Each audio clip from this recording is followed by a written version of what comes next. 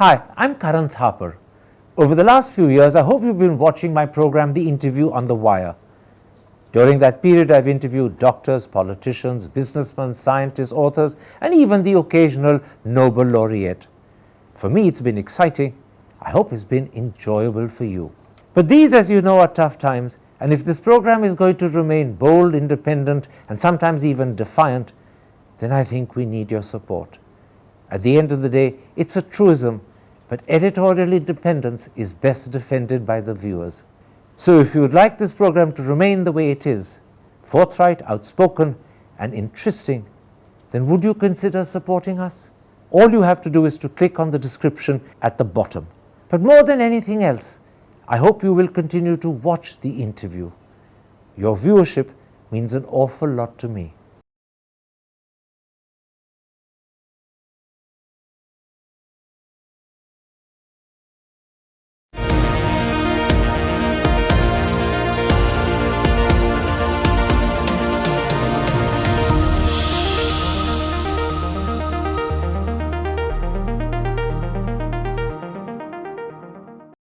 Hello and welcome to a special interview for The Wire.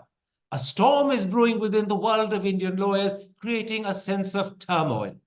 First, 600 lawyers, including Harish Salve, the former Solicitor General, wrote a letter to the Chief Justice of India alleging that there was unnecessary pressure being brought on the judiciary. Then in response, Indira Jaising, the first female Additional Solicitor General and one of the stars of the Indian legal system, wrote an article first in The Wire and then in The Express alleging that the 600 lawyers had in fact acted at the behest of the ruling party. So what does all of this amount to? And what lies at the bottom of this battle royale? That's the key issue I shall explore today with Indira Jaising, who is my guest. Ms. Jaising, let's start with the letter written by 600 lawyers, including Harish Salve, before I come to the two articles that you've written in response. The letter says, and I'm quoting, "A vested interest group is trying to pressure the judiciary, influence judicial process, and defame our courts on the basis of frivolous logic and stale political agendas." That sounds very much as if it's targeted at lawyers like you. How do you respond to it? Indeed, I think you got it right. It is targeted at lawyers but like me, and of course, several others more prominent like me than me. For example, Mr. Kapil Sibal, who was appearing in the electoral bonds case as well, and many others who have been very vocal, who don't necessarily belong to any political party. By the way, I must clarify to you, I'm not a member of the Indian National Congress. It is true that I was appointed Additional Solicitor General by a UPA government.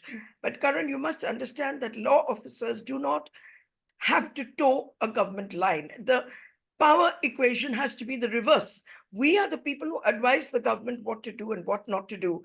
And there are many occasions when I had occasion to tell the government of the day when I was representing the government that this is not right, and please don't ask me to argue stuff like this. I fully understand the point you're making. Tell me, as someone that letter is targeting, how do you respond to that letter?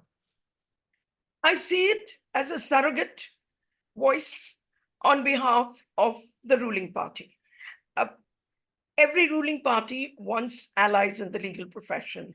The legal profession is a very powerful profession because they stand as a barrier between the government of the day and the court. We believe in the separation of powers. Not we, the Constitution of India has written into it the separation of powers between the executive and the judiciary.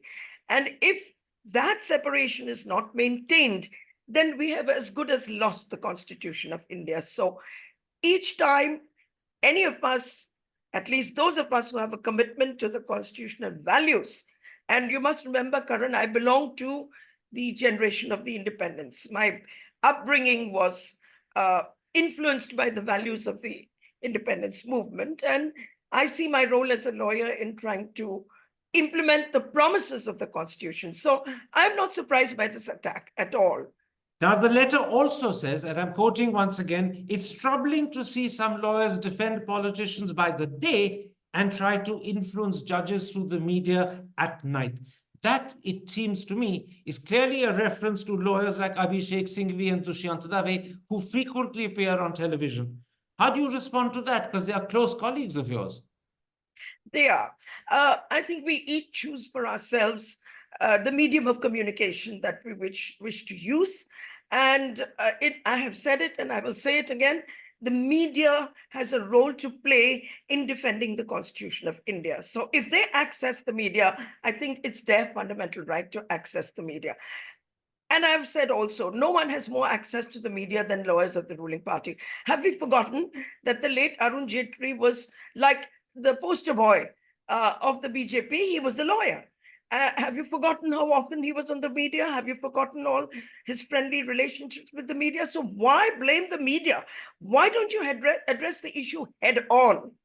Absolutely. And you could also have cited Ravi Shankar Prasad if you wanted to, who's also a lawyer and is also frequently seen on the media. Indeed, he is in fact the media spokesman of the BJP. Now, finally, the letter claims that the lawyers it's targeting choose their timing very carefully. Once again, I'm going to quote. It says, they do it at very strategic timings when the nation is all set to head into elections. That's virtually accusing people like you of what amounts to political tactics. Once again, how do you respond to this accusation? Okay, I respond to it in two ways. One, I have said no institution in this country deserves uncritical support. There's nothing like quote unquote loyalty to any human being, individual, or person. There is a loyalty to ideologies, and I do have my own loyalty to the ideology of the Constitution of India, which is secular, which protects minorities, which does not discriminate on the basis of sex, religion, caste, or any of them. And if I see an erosion of procedure established by law, I will speak up. And I have noticed an erosion of the procedure established by law. I'm not alone. In the dissenting judgment, in the demonetization. But can I interrupt? Are you choosing your timing deliberately to coincide with elections and thus create a bigger bang for your buck? Are you guilty of that strategic choosing of timing? I am not a partisan politician. Please remember, I'm not a member of any political party. The timing is chosen depending on patterns which are visible in the judiciary. We have seen judges in the judiciary who says Modi is my hero, and still they get appointed. We have seen very different. You know what irony? We are being accused of having been part of an ideology which talks about the committed judiciary. And I can give you examples without number of judges being appointed to the Supreme Court of India. One says Modi is my hero, another says Modi is the biggest genius I've ever seen, and all of them get post-retirement benefits. First, Okay. they get appointed. What about Victoria Gowrie? She's talked about green terror and white terror, and she got appointed. Okay, so who is over here trying to influence the judiciary by what we would otherwise call packing the courts? Now, the Prime Minister, in a tweet, has suggested that the unnamed lawyers Harish Salve is targeting in that letter are working at the behest of the Congress Party. The Vice President has gone one step further and called them anti-national. Since you are clearly one of the lawyers who are being spoken of in this respect, do you accept these accusations? Are you working at the behest of the Congress Party? Are you anti-national? Okay, let me tell you that Dhankar was a member of the Indian National Congress. Can he explain himself, please? Was he anti-national when he was part of the Indian National Congress? Just because you change colors, you don't go from being anti-national to being national. So it's very convenient to use labels like this, against people whose values you disagree with. Karan, this is about competing visions of constitutionalism. That's what this debate is about. Can we just call a spade and discuss that issue? We'll come to that issue in a moment's time. But before we come to your two articles, the one in the Wire and the one in the Express, let me ask you, what then is your overall opinion of this letter written by 600 lawyers, including Harish Salve? What is your opinion, your final opinion of this letter? It's a surrogate letter on behalf of the ruling party. But beyond that, what is your opinion of the contents? It's targeting the judiciary, and we lawyers become collateral damage, those of us who speak up. They are. targeting. Look, it's exactly the reverse. They accuse us of certain timing, which we are using. What about the time that they have chosen? At a time when the court is getting into deciding the validity of CAA and it's on the 9th of April. That case is fixed for the 9th of April. What about the facts that the court is going to be deciding very soon EVMs? The letter is an advisory to the Supreme Court of India. It's nothing beyond that. So you're saying it's a threat to the judiciary. the letter is a threat to the judiciary. You're saying far from the fact that they accuse people like you of putting pressure on the judiciary. This letter is itself putting pressure on the judiciary, and you add that the timing is suspicious. It's happening literally a few days, around 10 days before the Citizenship Amendment Act is heard by the Supreme Court. You think the timing is also suspicious? It is indeed. Okay. Against that background, let's come to your two articles. First, in yesterday's Express newspaper, you say, and I'm quoting, the letter writers appear to be surrogates for a powerful ruling party trying to silence dissenting voices. You're clearly suggesting, when you say that it's a surrogate letter on behalf of a powerful ruling party, that the BJP has put these 600 lawyers up to this.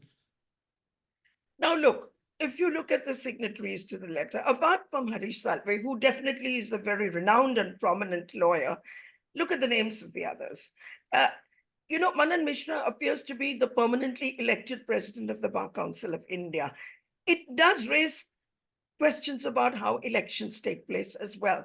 Permanently, he's the president. I've never heard him open his mouth without thanking the Prime Minister of India for anything, whether it is infrastructure or whether it is the change in rules. You see, the Bar Council of India is a very important institution. Then you take Adish Agarwala. I have been to meetings on Constitution Day when he occupies a chair of honor on the stage along with the president and the prime minister and the chief justice, and he opens his mouth by thanking the prime minister of the country. Now, for Harish Salve, who's supposed to be an independent, by the way, of course, Harish Salve is also, as we all know, the son of NKP Salve, who was a very prominent congressman.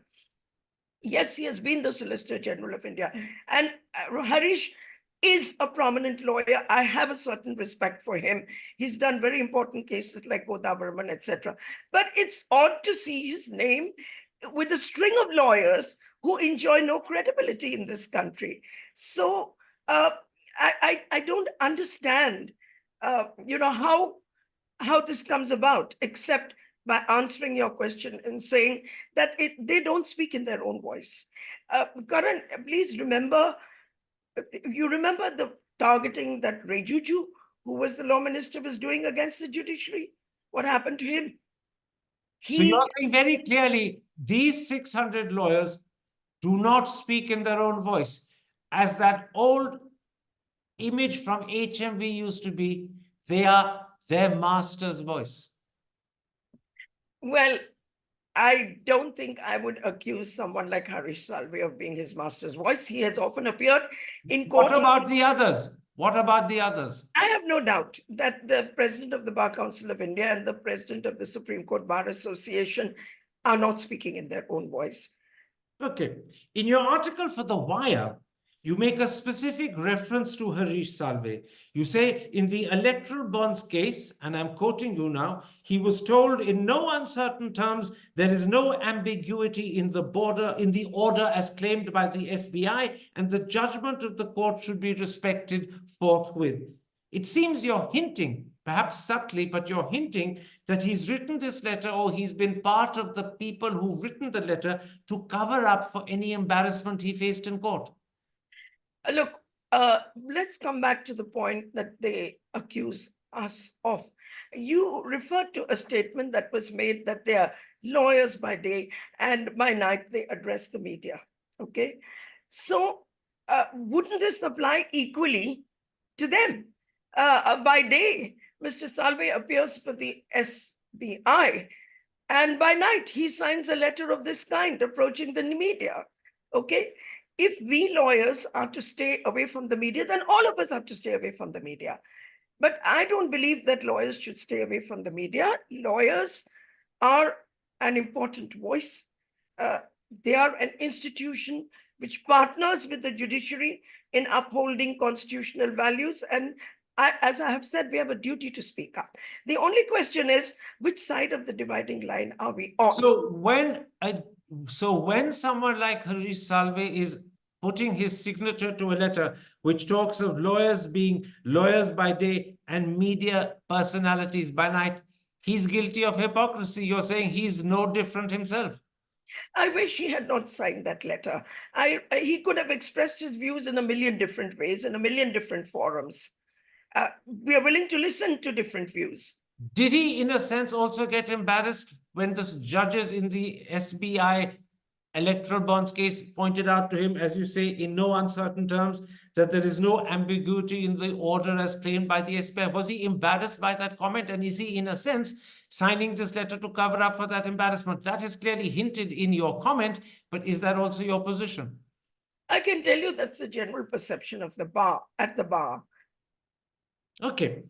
In the Wire article, you make a serious allegation about the Chief Justice of India. You say, and I'm quoting, lawyers have noticed that matters relating to the denial of life and liberty of politicians and members of civil society such as Umar Khalid get assigned to specially constituted benches.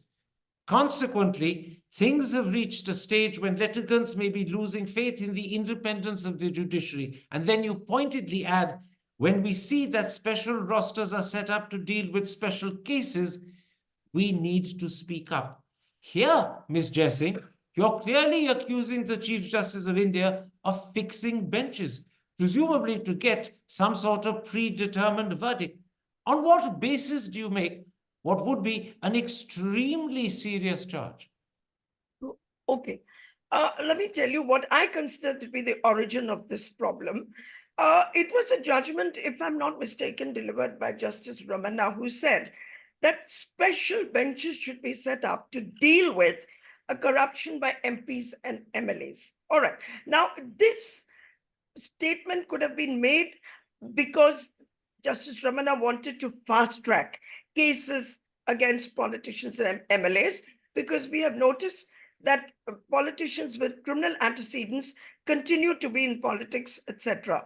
But the way this statement of Justice Ramana played out is that it enabled the creation of special benches to decide cases against politicians. And this is very, very dangerous, because this ends up in a pipeline where you say that the assignment of cases depends on who you are. It doesn't depend on what the issue is. So there's a serious problem over here. So this is not an allegation against the Chief Justice. It is a serious criticism of the way in which the system is operating and the way in which the master of the roster is operating. But the master of the roster is the Chief Justice of India. So if you're making a serious criticism about the master of the roster, you are ipso facto making a serious criticism about the Chief Justice of India. He is the same person. Yes, but I gave you what is the ostensible logic of what he's doing. It is the judgment of Justice Ramana which says that matters relating to politicians go to a specially designated bench. This is not acceptable, Karan. Not acceptable. Is it just Justice Ramana that you have in mind? Let me once again quote from your article, this time from the Express. You say, when lawyers see these doors open to some and closed to others, it is normal for them to protest. In your opinion, how long has the Supreme Court been guilty of such discrimination? Does it only go back to 2018 when 4 judges held a press conference against match fixing, or is it older than that? Because clearly it is at least a 7-8 year old concern, but is it older than that? See, Karan, the Supreme Court consists of 33 judges. And I have said what's going on. Unlike the Supreme Court of the United States of America, our judges don't sit en bloc. So when it comes to the Supreme Court of the United States, we can say, all right, this is the policy decision of the Supreme Court. Unfortunately, we cannot say that about the Indian Supreme Court. I have gone on record to say that there are as many Supreme Courts in India as there are judges, okay? This situation again is intolerable. What we need to know is, does the Supreme Court of India have a policy on issues like bail? Do they believe that people are innocent until proven guilty? There is no clarity on this subject. But to be very specific about your answer, I think these trends become exaggerated when the political situation in the country itself is fractured. Okay, there's bound to be a reflection of this fracture in the judiciary itself. And what you're seeing is this fracture of the general body politic reflected in the judiciary, reflected in the legal profession. I understand that point, but let's look specifically at the Omar Khalid case. It's a case that you yourself referred to in your Wire article.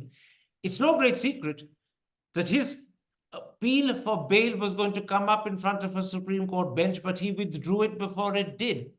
Yes. And I'm asking you bluntly, was he or was his lawyer concerned that it was going in front of a specifically appointed bench that was unlikely to be favorable, and therefore, because he didn't have, as you say in your own article, faith in the independence of the judiciary, he withdrew his case? Is that an example of your concern? I will caveat my answer by saying I am not Umar Khalid's lawyer, but I'm definitely concerned. For me, the critical issue of 2024 is life and liberty. Okay, so I am concerned about the life and liberty of Umar Khalid. And the answer to your question is a blunt yes. He, as I understand it, his case was withdrawn from an apprehension that the outcome would be predictable. As I told you, every judge in the Supreme Court has an individual approach, an individual ideology, and the ideology of this bench is known. And the reason why he withdrew his case, or the reason why others, when they look at the benches in front of which their case is likely to come, are apprehensive, is because they say to themselves, this is a specially constituted bench and it's loaded against me. This is an example or an illustration of what is colloquially called bench fixing. That's your concern. And when it happens to issues of life and liberty, particularly to do with politicians or to do with members of civil society like Umar Khalid, you say this is loading the dice against justice. Yes, as people now say, it's not a level playing field. So but it's worse than not being just a level playing field. It's a loading of the dice against justice. They are deliberately choosing judges who they know will give a verdict in a particular way and perhaps end up denying what other justice would have granted. It's loading the dice. Karan, whether you like it or not, we notice trends, okay? Patterns and trends. And yes, we have noticed patterns and trends, and therefore we raise an alarm. The assignment of cases should be completely randomized, okay? I don't think there should be like a predetermination, that this case goes to this bench and that case goes to that bench. But it's not randomized. It happens specifically on the instructions and orders of the Chief Justice of India. And the Chief Justice of India for the last year and a bit has been Justice Chandrachud. So you're saying to me, even though you haven't said it in so many words, but you're saying to me that Justice Chandrachud, in cases to do with the life and liberty of politicians and members of civil society like Umar Khalid, is fixing benches. That benches, as to use your language, are specially constituted benches. To use your language, special rosters are set up to deal with special cases. Justice Chandrachud is doing this. Karan, normally the expression bench fixing has been used traditionally in relation to lawyers. We have been accused of fixing benches, namely, you go before a particular bench. But now the Chief Justice is guilty of it, isn't he? I may be using the same phrase to apply to him, but that is exactly what's happening. That's what you're suggesting, isn't it? May I clarify? See, the Supreme Court has held that there is a necessity to have the master of the roster. All right, I agree that someone has to be in charge of assigning cases, but why is there no transparency about this? That's why I ended that article by saying, please give us a white paper on the functioning. I'll come to the white paper in a moment's time, but I'm repeating for the third or fourth time my question about Justice Chandrachud. What you are saying politely, but nonetheless you're saying it equally clearly, is that Justice Chandrachud, and I'm using that colloquialism, is fixing benches. Special benches are being appointed for special cases. Those are cases to do with life and liberty, to do with politicians, to do with members of civil society like Umar Khalid. In those cases, the benches that are being appointed are loading the dice against justice. That's what you're saying. You said it very clearly. Okay, can I answer this question? See, first and foremost, I would have loved to have an opportunity to meet Justice Chandrachud and ask him for myself what exactly is the logic of this. Unfortunately, he's not accessible to ordinary mortals like me. Okay. And therefore, all I can do is second guess what's going on over here. And your second guess is what I've said it is. Would you accept that? My second guess is that he's following what Justice Ramana said, that the cases relating to MPs and MLAs should go to specially designated courts. How does Okay. that apply to Omar Khalid? You know what? I think the real opposition in India today is coming from civil society. Okay. All right. They are bracketed along with high power politicians. I have been targeted. You know that. Let's come to what you say in your Wire article, and you mentioned it a moment ago, is your sort of suggestion to the Supreme Court. You say it is time for the Secretary General of the Supreme Court Registry to issue a white paper on the powers and functions of the master of the roster for the country as a whole to debate. In other words, you want the powers that the Chief Justice has as master of the roster to appoint benches of his own volition or of his own judgment to be debated by the country. How likely is it that that will ever happen? You're asking the Chief Justice to agree to the appointment of a white paper that will debate his own powers. I think it will happen. I'm very hopeful it will happen because we are talking about the functioning of the judiciary on the administrative side. We are not talking about the functioning of the judiciary on the judicial side. Except that Chief Justices hold those powers on the administrative side very clearly and closely and very dearly to themselves. Why would they want to lose them? Look, Karan, I was the person who challenged this particular power that you're talking about when I went to court in my own name and I said there should be transparency about the way that seniors are designated. Hang on a second. Let me give you the example of Justice Gogoi. Justice Gogoi was part of that four-judge press conference in 2018 January. He was clearly talking about the way benches are fixed, the roster system is misused. And yet, when he became Chief Justice, he appointed a bench on which he sat himself to look into and inquire into his own allegations made against him of sexual misconduct. So far from living up to what he had been part of a press conference of, he actually was doing the opposite when the powers were in his hand, which is why I say, why would a white paper be agreed to when the Chief Justice would end up losing powers he dearly wants to hold?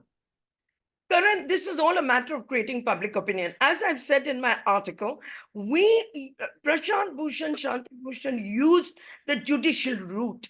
They challenged the power of the master of the roster. Unfortunately, that case was lost, decided by Deepak Mishra, who said it's a necessity.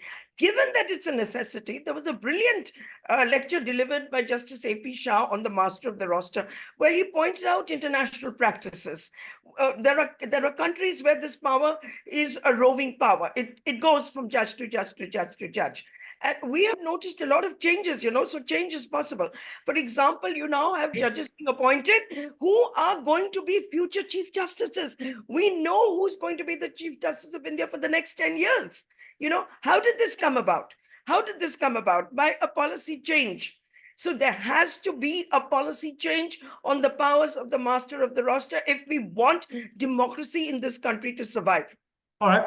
Finally, and this is my last question, in your Express article, you say the divide between 600 lawyers, including Harish Salve on the one hand, and others like yourself on the other, emerges out of, and I'm quoting you, competing views of constitutionalism in the country, those who believe that human rights are not negotiable under any circumstances, and those who believe that liberalism is a foreign import and must be rejected. Do you really believe that the divide between, and I'm deliberately personalizing it, that the divide between you on the one hand and Harish Salve, let's say, on the other, is as deep and as unbridgeable as that? I do think so. And let me give you just one example. Let me leave you with just one example. When the farmers were protesting in this country, Mr. Harish Salve intervened in that matter. Look, I don't like to get personal, but since your question is personal, I'm duty bound to answer it. He appeared, and when he was asked on whose behalf are you appearing, he said, I'm appearing on my own behalf. I'm a taxpayer. Well, Karan, I'm also a taxpayer in this country. Okay. So there is a clear divide. Okay. I was on the side of the agitating lawyers. I may not have appeared in the court, but as a Democrat, as a liberal, as a person committed to constitutional values, I know which side of the line I stand on. And Mr. Salve also seems to know which side of the line he stands on. So, I wish you hadn't asked me to personalize the issue. Harish is a personal friend of mine.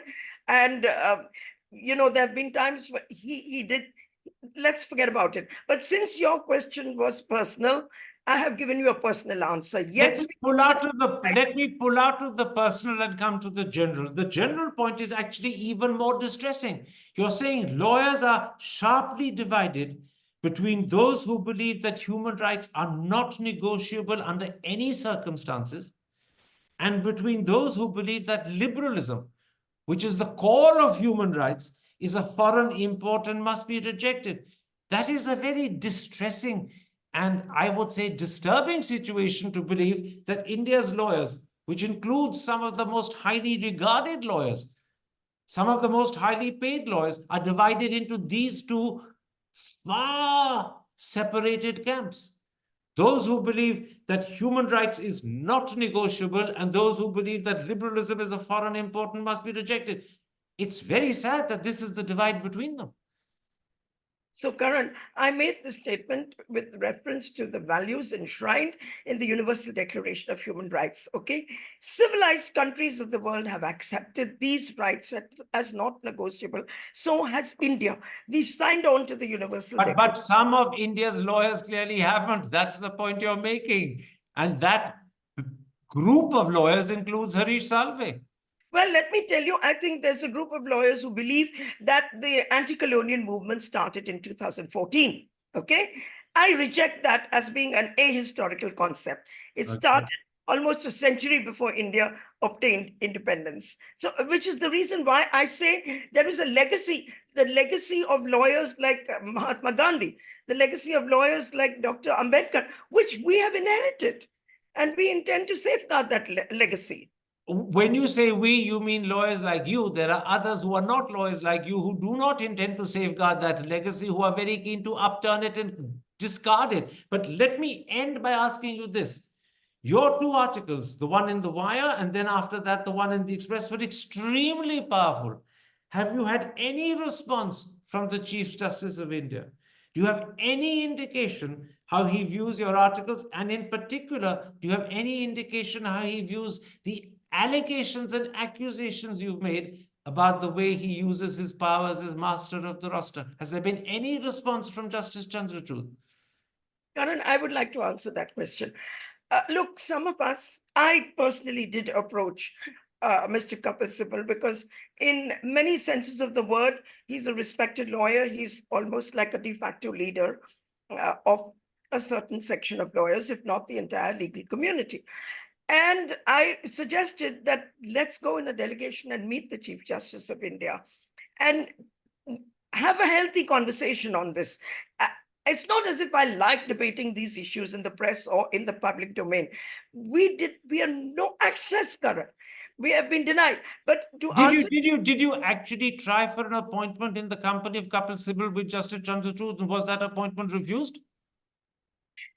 I think Mr. Sibal should speak for himself, but I know that appointments have been refused. I know that I have not been able to get an appointment. You have tried. You have tried and failed. Okay, so let me tell you, we at the Leaflet, a media house which I co-founded, we were going to do an event on the 15th of April, Dr. Ambedkar Jayanti. In that context, I did write a letter and say, we would like you to be part of this. And we, of course, received a phone call to say that this was not possible. I know he's a very busy person. I know that he has several commitments and Ms. Jaising comes low down on the agenda. But I believe that judges have a duty to communicate on issues of public importance with the bar. And this is not happening. The bottom line, and correct me if I'm mistaken, is that you have tried in your own way, but multiple times, to reach out to Justice Chandrachud to organize a meeting and a discussion so that you can clarify your concerns, you can get answers to the allegations or accusations that I claim that you've made against him, but you have been refused an appointment. Am I correct in summing it up like that? Let me say that people like Mr. Sybil have not been able to. Not just you, but even Mr. Sybil have not been able to get an appointment. That's my understanding, yes. But to be more accurate, you should ask him. Ms. Jaising, thank you very much for this interview. Thank you very much for making so much time for me. Take care. Stay safe. Well, thank you. I just hope I don't get an FIR against after this interview. That's all. But it's okay. It's okay. It's fine, Karan. I've lived my life the way I want to live it, and I'm happy to be speaking to you. Thank you very much indeed. Hi, I'm Karan Thapar. Over the last few years, I hope you've been watching my program, The Interview on the Wire. During that period, I've interviewed doctors, politicians, businessmen, scientists, authors, and even the occasional Nobel laureate. For me, it's been exciting. I hope it's been enjoyable for you. But these, as you know, are tough times, and if this program is going to remain bold, independent, and sometimes even defiant, then I think we need your support. At the end of the day, it's a truism, but editorial independence is best defended by the viewers. So if you would like this program to remain the way it is, forthright, outspoken, and interesting, then would you consider supporting us? All you have to do is to click on the description at the bottom. But more than anything else, I hope you will continue to watch the interview. Your viewership means an awful lot to me.